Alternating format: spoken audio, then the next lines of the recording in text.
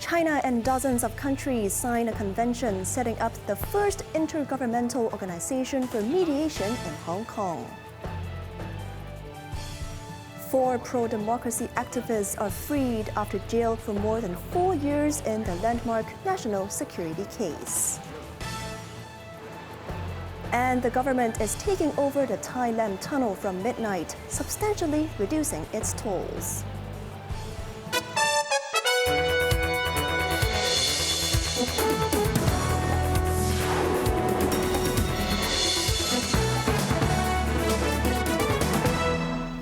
Good evening. You're now watching Cable News. I'm Cheryl Yun.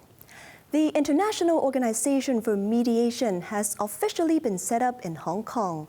At the signing ceremony for the Convention on the Establishment of the IOMED, Foreign Minister Wang Yi said the body will foster better relations among countries, praising Hong Kong's exceptional potential in international mediation. Welcome Foreign Minister Wang Yi, Chief Executive. At the signing ceremony, Wang was the first signatory of the convention, followed by senior representatives from over 30 countries, including Algeria, Belarus, Pakistan, and Indonesia. This marks the official launch of the world's first intergovernmental organization for mediation, headquartered in Hong Kong. 这将填补国际调解领域机制的空白。 Wang said the body fills a critical gap in international mediation, helping to resolve disputes through dialogue, moving beyond a zero-sum mentality and promoting amicable resolutions to foster harmonious international relationships. Wang thanked the SAR government for its support in establishing the China-led body, describing the city's return to the motherland as a success story of peaceful dispute resolution. The top diplomat highlighted the SAR's unique advantages in international mediation, citing its close ties to the mainland, global connectivity, and a robust legal system that combines strengths from both common law and civil law traditions. Chief Executive John Lee described it as a great honor for the city to host the IOMED's headquarters, emphasizing the government's commitment to supporting the organization's mission to provide friendly, flexible, economical, and efficient mediation services. This is increasingly important amid mounting geopolitical tensions. When protectionism threatens to derail the international trade order, and when unilateralism looms over global supply chains, it is dialogue, not division, that restores balance. IOMED's headquarters at a former police station in Wan Chai could open as soon as the end of the year. 4 pro-democracy activists charged in the conspiracy to commit subversion case were released from jail this morning after more than 4 years behind bars. This is the second batch of the 45 jailed Democrats to be freed in the city's largest national security case. Evelyn Bai reports. Early this morning, those released after serving 4 years and 3 months behind bars, Jimmy Sham, Kinda Lee, Henry Wong and Roy Tam were driven away from different prisons in the city. 38-year-old Sham, a former convener of the now-defunct Civil Human Rights Front and the previous vice chairman of League of Social Democrats, has returned to his home in Jordan. Sham, among 31 people entered guilty pleas, has been behind bars since February 2021.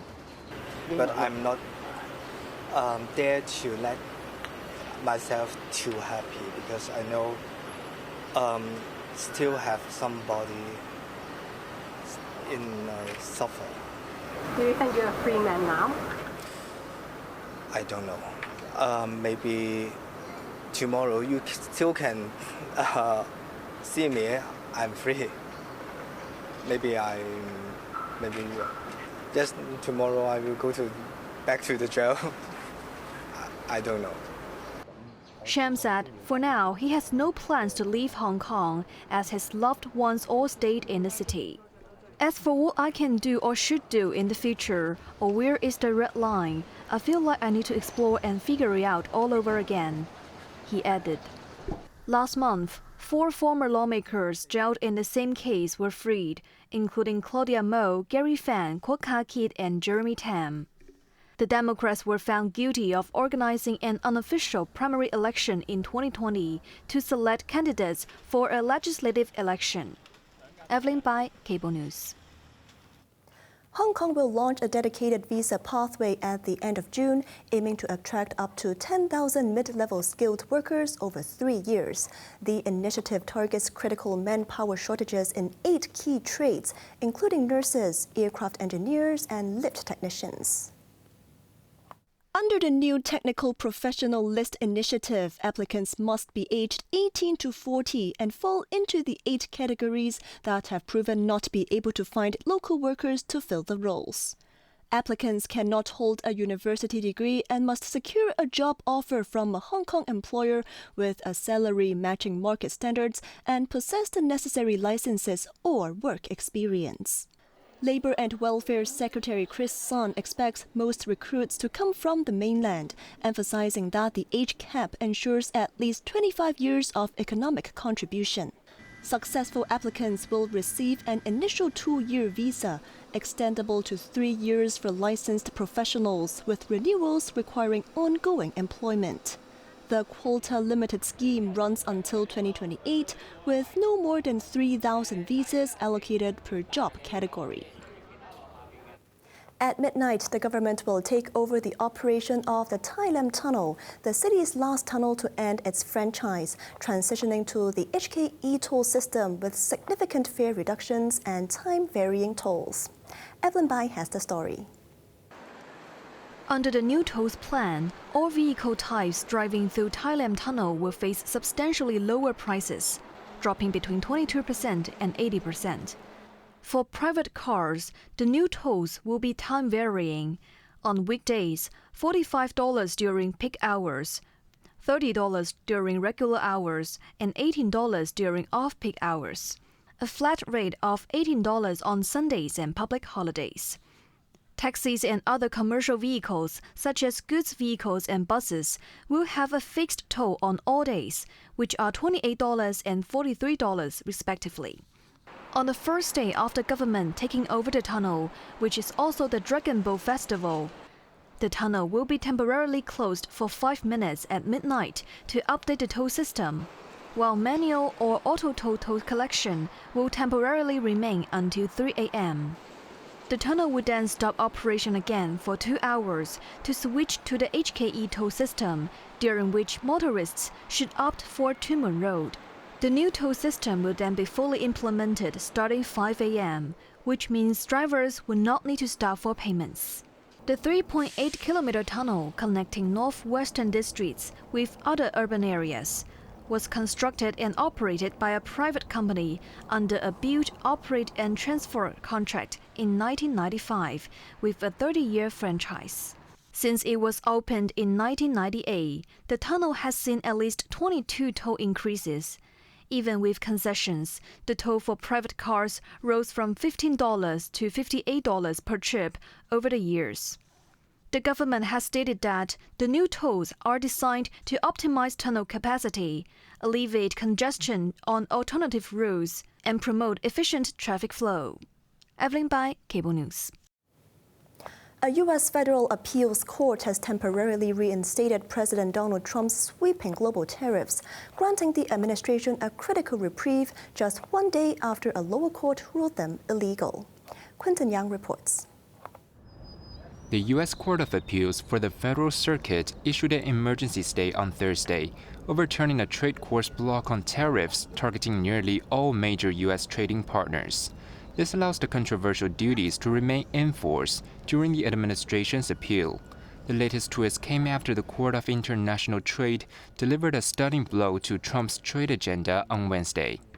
The lower court ruled his use of the International Emergency Economic Powers Act to impose Liberation Day tariffs, including a baseline 10% global levy and additional fentanyl tariffs on China, Mexico, and Canada, exceeded presidential authority, emphasizing that the Constitution grants Congress, not the President, the power to tax imports. As uncertainty looms, the Trump administration is actively developing a two-step Plan B to ensure tariffs endure even if courts permanently strike down the current framework. The Wall Street Journal, citing sources, reported that the administration is considering a stopgap effort to invoke a never-before-used provision of a 1974 Trade Act, which allows up to 15% tariffs for 150 days. This would buy time for the second step to craft individualized tariffs for each trading partner under different provision of the same law, which targets unfair trade practices but requires lengthy investigations. Quentin Ya, Cable News. Facing judicial pressure, U.S. President Donald Trump's administration has softened its stance against Harvard University, granting it 30 days to contest the revocation of its international student program. Quentin Yang tells us more. The Harvard University reaffirmed its commitment to global education on Thursday, as thousands of students and families gathered for a commencement. Members of the class of 2025 from down the street, across the country, and around the world.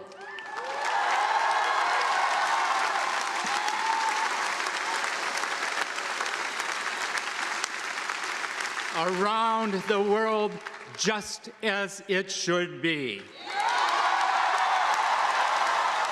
Echoing this sentiment, a Chinese student criticized Trump's policy as exclusionary.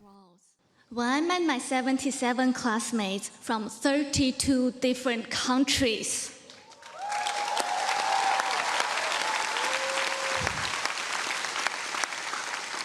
the countries I knew only as colorful shapes on a map turned into real people with laughter, dreams, and the perseverance to survive the long winter in Cambridge.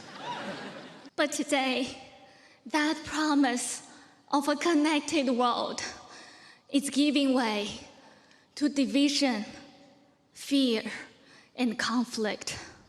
Simultaneously, Harvard's lawyers argued in Boston's federal courts that the revocation violated constitutional rights and administrative law.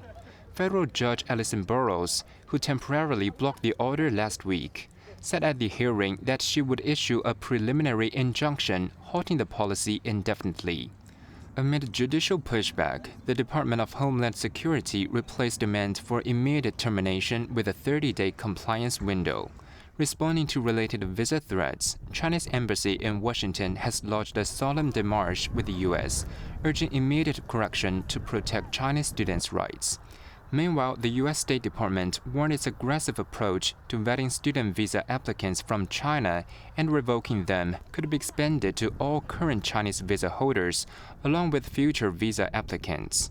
The United States, I further can say here, will not tolerate the CCP's exploitation of U.S. universities or theft of U.S. research, intellectual property, or technologies to grow its military power, conduct intelligence collection, or repress voices of opposition. Quentin Ya, Cable News.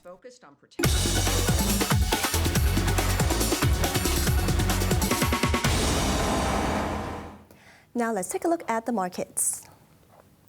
The Hang Seng Index ended the day down 283 points. Top active stocks of the day, Tencent was down $12.30. BYD was down $13.20. Meituan was down $2.10. NetEase was down $9.50. In soccer, Paris Saint-Germain will meet Inter Milan in the UEFA Champions League final in Munich tomorrow night.